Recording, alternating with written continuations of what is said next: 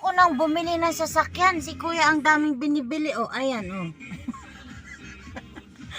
Bala ko pa naman bumili ng Fortuner. Wag na lang muna. Kontento na kami sa aming owner. Tsaka sa aming isa pang kotse. Dagdag pa sana kaming isa. Ayan si kuya. Gastos ng gastos. Gas namin 1,000. Diyos ko Lord. Ayokong yumaman. Bili na lang ako ng bigas. Bili na lang akong bigas. Tsaka bike. Bike ni nanay. Okay na yun. Thank you Lord.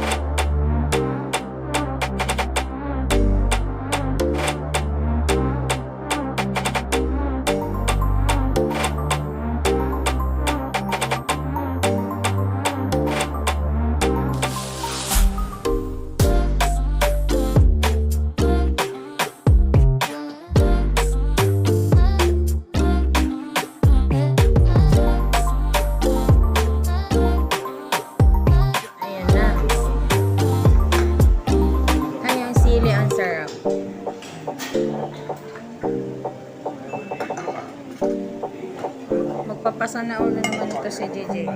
Sana all panay ka.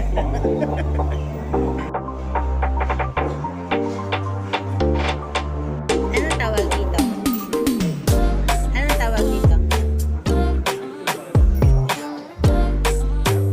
Kasi pa si ate, hindi ako anong tawag dito? Ha? What? This one? Walang sa pagkanya. This one? Basta yun siya. At ito, itlog na ang pugo. Sabi ko, basta ito damo. Ayan ah. Hindi siya Bakit maganda?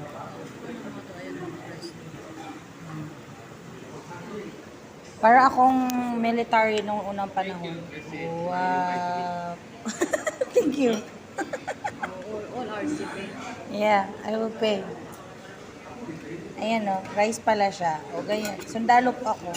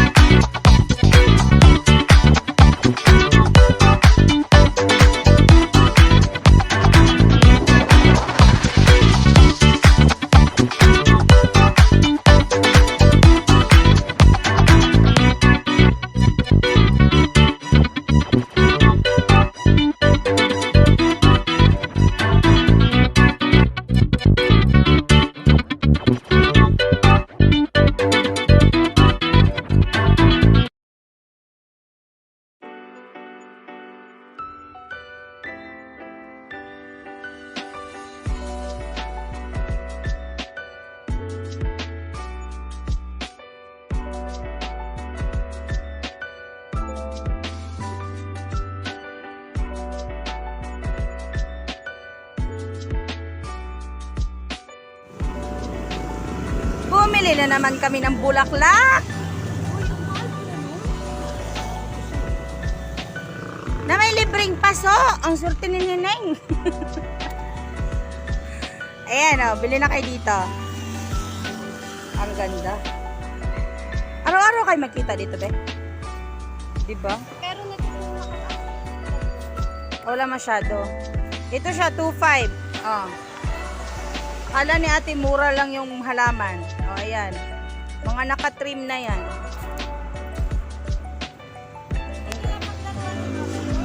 Hindi. Tsaka nakataas yan doon. Yung gaganda ng bulaklak nila. Oh.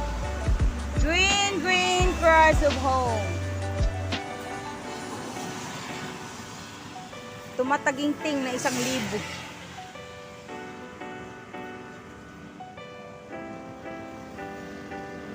Dito kami unang nag-date ni Daddy. Sinundo niya kasi ako.